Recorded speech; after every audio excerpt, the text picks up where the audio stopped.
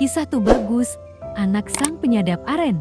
Di sebuah desa kecil di ujung kulon, hiduplah seorang anak bernama Tubagus bersama ayahnya, Pak Darmo, yang bekerja sebagai penyadap aren.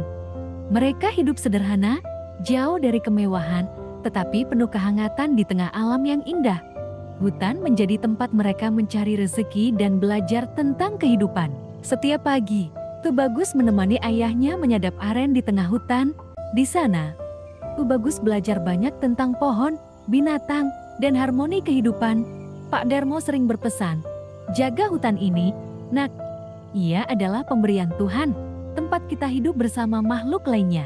Pertemuan dengan badak. Suatu sore, ketika Tubagus sedang mencari kayu bakar di tepi hutan, ia mendengar suara aneh. Suara itu seperti rangan yang tertahan.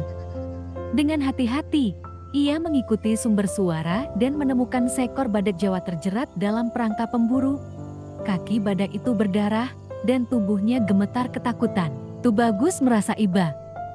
Meski badak itu besar dan tampak kuat, ia tahu bahwa makhluk itu membutuhkan pertolongan. Dengan keberanian yang terkumpul, Tubagus mendekat perlahan sambil berkata pelan, "Tenang, aku akan membantumu." Ia memperhatikan tali perangkap yang melilit kaki badak itu. Dengan sabit kecil yang selalu ia bawa, Tubagus mulai memotong tali tersebut. Badak itu bergerak gelisah, tetapi Tubagus tetap tenang, berbicara lembut untuk menenangkan hewan itu. Setelah beberapa waktu, akhirnya badak itu terbebas. Namun, kakinya masih terluka.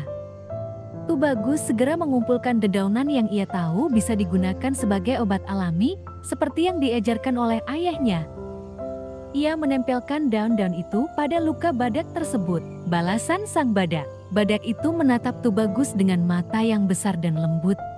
Seolah-olah mengerti bahwa Tubagus telah menyelamatkannya. Ia mengeluarkan suara rendah, lalu berjalan pelan ke dalam hutan. Tubagus tersenyum puas, merasa telah melakukan hal yang benar. Beberapa hari kemudian, saat Tubagus dan ayahnya kembali ke hutan, mereka menemukan beberapa pohon aren yang lebih besar dan subur.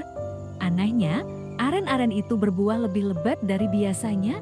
Pak Darmo merasa ini adalah rezeki yang tak terduga. Tetapi Tubagus diam-diam merasa bahwa ini adalah cara sang badak berterima kasih. Pelajaran hidup, kisah Tubagus menyebar ke seluruh desa. Banyak yang kagum pada keberaniannya.